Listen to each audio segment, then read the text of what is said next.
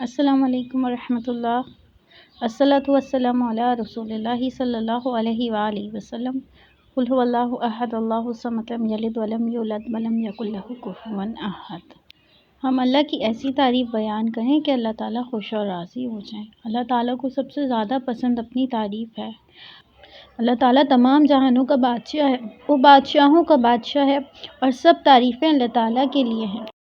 اس کائنات میں جتنی بھی چیزیں بنائی ہیں وہ سب اللہ تعالیٰ نے بنائی ہیں اور وہ سب اللہ تعالیٰ کے حکموں کی محتاج ہیں۔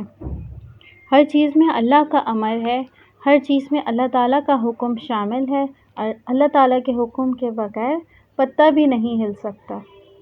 اللہ تعالیٰ نے کائنات کی تمام چیزیں بنائی اور ان سب کو اللہ تعالیٰ نے انسانوں کے لیے مسخر کر دیا، اور انسان کو بنایا اللہ تعالیٰ نے اپنی عبادت کے لیے۔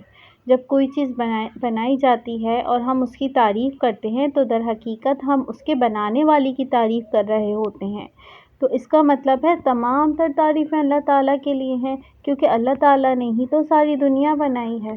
ہم چھوٹی سے چھوٹی چیز دیکھیں یا بڑی سے بڑی چیز دیکھیں، ان سب میں اللہ تعالیٰ کا وجود نظر آتا ہے۔ کون ہے جو اتنے بڑے بڑے پہاڑ بنا دیے جس نے؟ کون ہے جس نے اتنے بڑے بڑے سمندر بنا دیے؟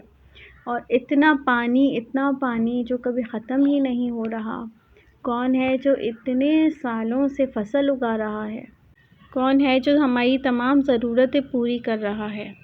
اللہ ہے۔ وہ اللہ جو تمام جہانوں کا بادشاہ ہے، وہ بادشاہوں کا بادشاہ ہے۔ وہ اپنے بندوں کو کبھی نہیں بھولتا اور اپنے بندوں سے ایسی محبت کرتا ہے کہ جس کی کوئی مثال نہیں۔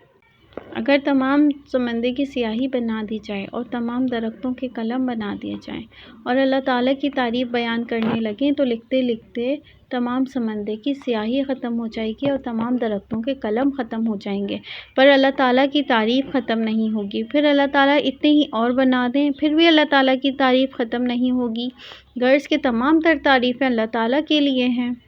میرا نام ہے عظمیٰ اور مجھے اللہ تعالیٰ کی تعریف بیان کرنا اچھا لگتا ہے، اور میری یہ چھوٹی سی کوشش ہے کہ میں لوگوں کو اللہ تعالیٰ کا تعارف کرواؤں، کیونکہ جو لوگ اللہ تعالیٰ کا تعارف کرواتے ہیں، اللہ تعالیٰ کی تعریف کرتے ہیں، تو ان کے لیے بڑے بڑے انعامات ہیں۔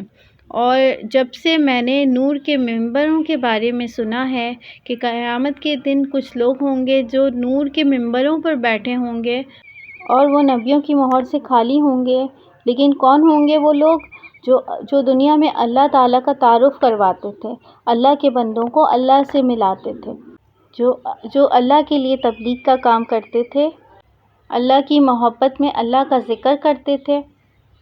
اللہ ہمیں بھی اپنا ایسا اچھا ذکر کرنے والا بنائے کہ اللہ تعالیٰ ہم سے خوش اور راضی ہو جائیں اور ہمیں اپنے پسندیدہ بندوں میں شامل کر لیں۔